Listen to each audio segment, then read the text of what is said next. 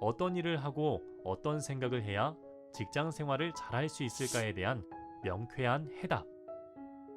어떻게 하면 직장 생활을 잘할 수 있을까를 무수히 고민하면서 적어내려갔던 그의 글.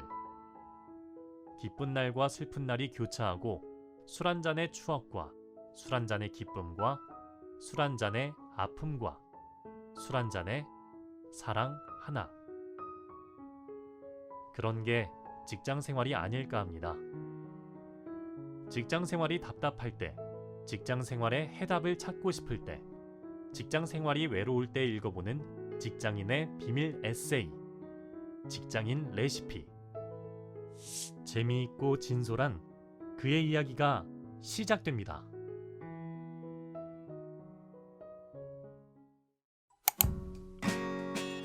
안녕하세요. 직장인 레시피 저자 박진우입니다. 저는 21년 차 평범한 직장인이고요. 학부와 석사에서 호텔 경영학을 전공을 했습니다. 박사는 외식 경영학 박사학위를 취득을 했고요. 직장을 다니면서 계속 학업을 놓지 않고 공부를 한 그냥 평범한 직장인으로 바라봐 주시면 될 것 같습니다. 직종과 직업은 외식인입니다. 외식회사를 줄곧 다녔었고요. 그래서 이 책은 외식회사에서 일어나는 일반적인 얘기들을 저술한 책이라고 보시면 될 것 같습니다. 이 책은 사실 21년 동안 직장 생활을 하면서 일어났던 에피소드를 가지고 엮은 책입니다. 그러니 21년의 시간이 걸렸다라고 볼 수 있겠네요.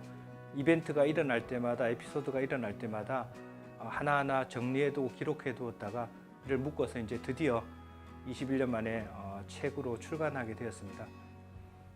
제가 후배들에게 좀 전해주고 싶었던 이야기도 있었었고요. 제 나름대로 들었던 생각들을 정리한 것으로 보시면 될 것 같습니다. 그래서 이벤트가 있을 때마다 기록해뒀던 바들, 다시는 또 후배들이 또 같은 시행착오를 겪지 않았으면 하는 바람들, 이런 생각들을 정리해서 책으로 엮었다라고 보시면 될 것 같습니다. 네, 책은 직장인들이 생각할 수 있는 내용들을 일반적으로 다뤘습니다. 조직 문화 얘기도 있고요. 브랜드 얘기도 있고, 마케팅 얘기도 있고, 리더십에 관한 얘기도 있습니다. 제가 또 외식업에 있다 보니까 서비스 얘기가 빠질 수 없었고요. 그래서 총 6장으로 구성되어 있습니다. 조직 문화, 리더십, 새로운 경영 기법, 브랜드, 마케팅, 서비스, 이런 내용들이 책에 다뤄져 있습니다. 결국 큰 틀에서 보면 사람과 조직 문화에 대한 얘기로 볼 수 있을 것 같습니다. 그래서 직장인들이 생각하는 사람을 바라보는 시점, 그리고 조직 문화에 대한 생각, 큰 틀에서 그렇게 이해를 하시면 될 것 같고요. 일반적으로 다른 얘기들도 마찬가지로 직장인이 흔하게 겪고 흔하게 생각할 수 있는 내용들을 솔직담백하게 담아냈습니다. 그래서 편안하게 책을 읽어보시면 아마 많이 공감하고 같은 생각을 가지고 있구나라고 같이 얘기할 수 있을 것 같습니다. 책의 제목에 대한 걱정은 사실 많았습니다. 몇 가지를 계속 한 5가지를 놓고 고민을 하다가 결국 직장인 레시피라는 책의 제목으로 결정을 했습니다. 직장인은 아시겠지만 조직 생활하는 직장인이라는 그냥 평범한 단어를 따왔고요. 제가 외식업을 하다 보니 레시피는 음식의 맛에서 가장 중요한 포인트라서 레시피를 갖다 붙였습니다. 그래서 직장인 레시피라는 제목을 완성을 했고요. 결국 또 다른 의미로 보면 직장인들이 직장 생활을 하면서 생각할 수 있는 부분들, 어떤 생각을 해야 되는지에 대한 부분들을 레시피로 담아냈다는 의미로 직장인 레시피라는 제목을 정하게 됐습니다. 물론 외식 생활을 했기 때문에 외식인들은 물론 다 읽었으면 좋겠고요. 평범한 직장인들이 또 구독할 수 있는 책이라고 저는 생각을 합니다. 그래서 사원, 대리, 과장, 팀장, 그다음 임원까지 편안하게 읽을 수 있도록 제가 책을 구성을 하고 글을 썼고요. 조금 좁게 보자면 과장이 된, 팀장이 된 리더들이 보면 훨씬 더 많은 인사이트를 얻을 수 있을 거라 생각을 합니다. 그래서 모든 직장인들도 다 읽을 수 있고, 좁게는 리더가 갓된 사람부터 임원까지 읽을 수 있는 내용이라고 생각을 합니다. 그래서 많은 직장인들이 이 책을 같이 함께 보고 웃고 즐겼으면 하는 생각입니다. 책에 70여 편의 에피소드들이 담겨져 있습니다. 물론 이제 책을 쓰다 보면 내용 중에 그 작가가 굉장히 애착이 가는 내용도 있고 조금 덜 애착이 가는 내용도 있습니다만 두 가지 에피소드를 제가 좀 소개를 해드리려고 합니다.